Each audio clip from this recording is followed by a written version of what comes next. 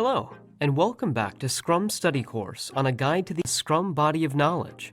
In the earlier SBOM guide module, we saw that a guide to the Scrum body of knowledge provides guidelines for the successful implementation of Scrum.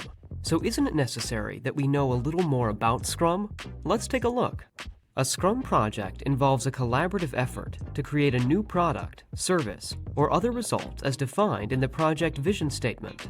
All projects are impacted by constraints of time, cost, scope, quality, resources, organizational capabilities, and other limitations that make them difficult to plan, execute, manage, and ultimately succeed. However, successful implementation of the results of a finished project provides significant business benefits to an organization. It is therefore important for organizations to select and practice an appropriate project management framework. And this is where Scrum comes in. So what is Scrum? Scrum is one of the most popular agile frameworks. It is an adaptive, iterative, fast, flexible, and effective methodology designed to deliver significant value quickly and throughout a project. Scrum ensures transparency in communication and creates an environment of collective accountability and continuous progress. The Scrum Framework, as defined in the SBOM guide, is structured in such a way that it supports product and service development in all types of industries and in any type of project, irrespective of its complexity. Here another question arises.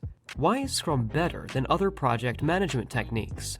A key strength of Scrum lies in its use of cross-functional, self-organized, and empowered teams who divide their work into short, concentrated work cycles called sprints. Think of sprints as short time spans in which a certain amount of work must be done.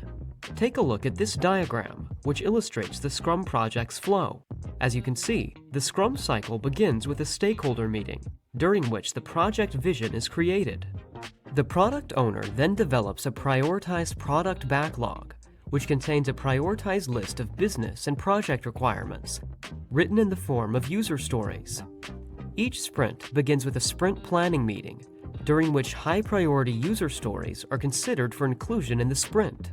A sprint generally lasts between 1 and 6 weeks and involves the Scrum team working to create potentially shippable deliverables or product increments. During the sprint, short, highly focused daily stand-up meetings are conducted where team members discuss daily progress. Toward the end of the sprint, a sprint review meeting is held, during which the product owner and relevant stakeholders are provided a demonstration of the deliverables. The product owner accepts the deliverables only if they meet the predefined acceptance criteria. The sprint cycle ends with a retrospect sprint meeting where the team discusses ways to improve processes and performance as they move forward into the subsequent sprint. I hope you enjoyed this quick overview and learning about the project's flow in Scrum, and I'll see you in the next module where we will briefly discuss the history of Scrum. And thank you for learning with us.